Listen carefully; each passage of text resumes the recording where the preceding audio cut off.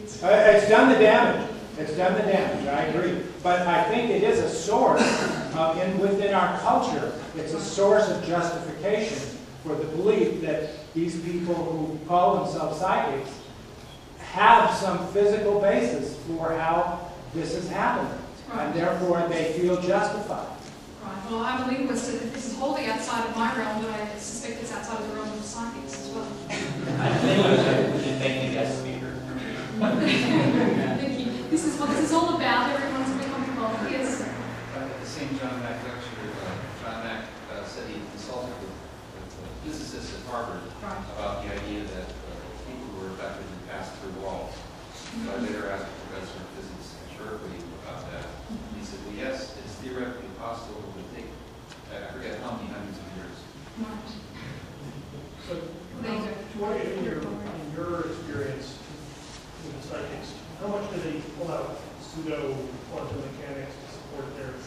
Well, I think they all do, but this is something that we're about to go into, where I'll talk a bit more about cold reading. So they do avail themselves of esoteric jargon.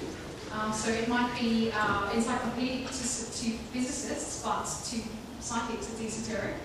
And so they avail themselves of this. I mean, this is a huge debate, the hijacking of terms like quantum and energy into an irrelevant field. Like, or I guess even skeptic. They love to call themselves skeptics.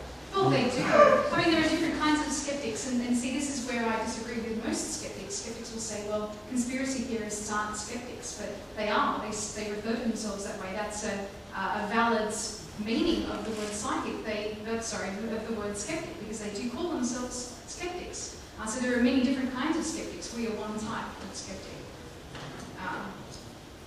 So hot readings hot readings and cold readings. They're both different sides of the coin. So how can we do a cold reading? So I almost have time to do some mini cold readings today. But I think we're sort of running out of time now. So I'll just run through some principles of how you can do a cold reading, how you can amaze your friends.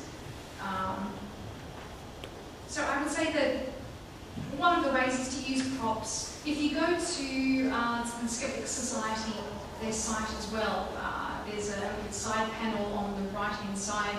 There's a link to an article by Michael Shermer, and it is about Ian Rowland and his work. It's based on his book, The Full Back to the Cold Reading. And he gives you a rundown of how you could do a cold reading as well. So props, I think, be convincing, use props, avail yourself of sort of spiritual rituals and things like candles and incense. So obviously, if we were going to do a cold reading here today, we wouldn't have that kind of those kinds of accoutrements. But also to use the esoteric jargon and to use all the spiritual terms. So another tool is to be personable. And I know it's really difficult for you skeptics out there. You need to smile and you need to be friendly. You need to have a calm demeanour, which is why I think I've always been a perfect stooge for these sorts of things, because I smile and I'm friendly, and so that it's suspected all that I'm a mean, nasty skeptic. But you need to involve the clients in what you're doing.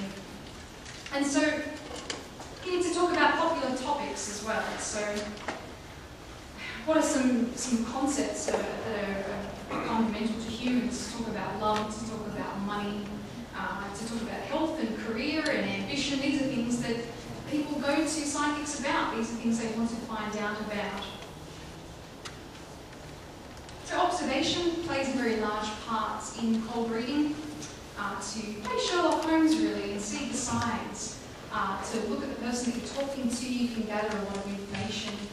You can glean a lot of info out of the person by the way that they look, and the things that they have with them. Are they wearing a wedding ring? Have they got an expensive handbag? Information like that.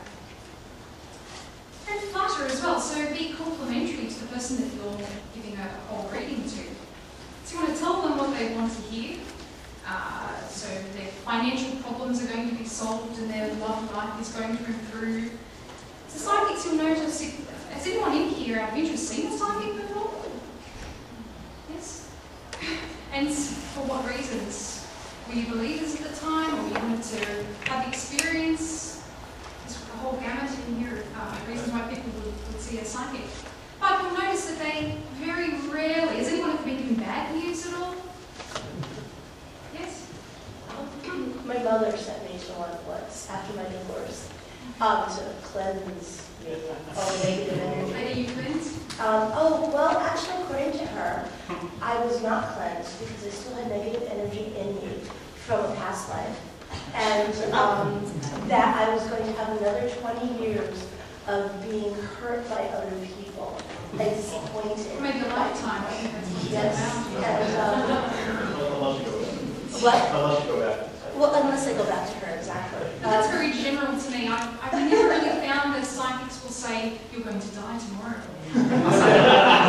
They never give specific bad news because they just don't know.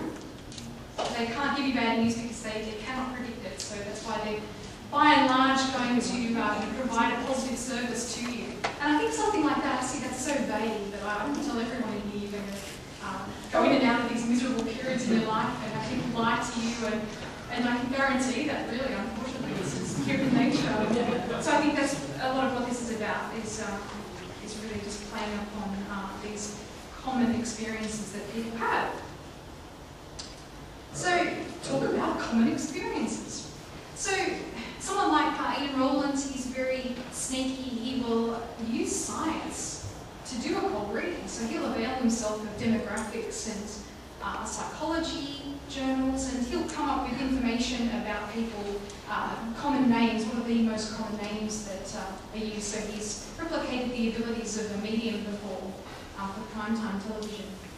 And so he told me that in doing that, he went and sought out the most popular names using demographics journals, and so he was able to be very accurate by throwing out names to the audience and getting people to take to feel that in some way that was being directed at them. So also to have an understanding, I think all of us in here, without availing ourselves of these sorts of journals and this sort of information, I'm sure you're all aware of the most common forms of most common illnesses out there and common forms of death. So these are things that just as humans we're well aware of already. I'm curious, Ian Rowland and the people who are doing, the skeptics who are doing cold reading as an example, they run into people who believe that they're actually psychic anyway?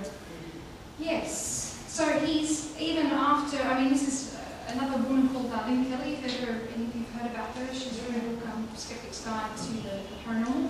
She has invented her own form of divination called taromancy, and so she has these divination tools I was talking about before, these sort of chopsticks which she throws out and does a reading upon the way based on how these fall. And so that's one of the ethical points when it comes to skeptics who do cold readings. They always state either up front or at the end that they are skeptics and they don't claim to have any psychic abilities whatsoever. What they're using is magic.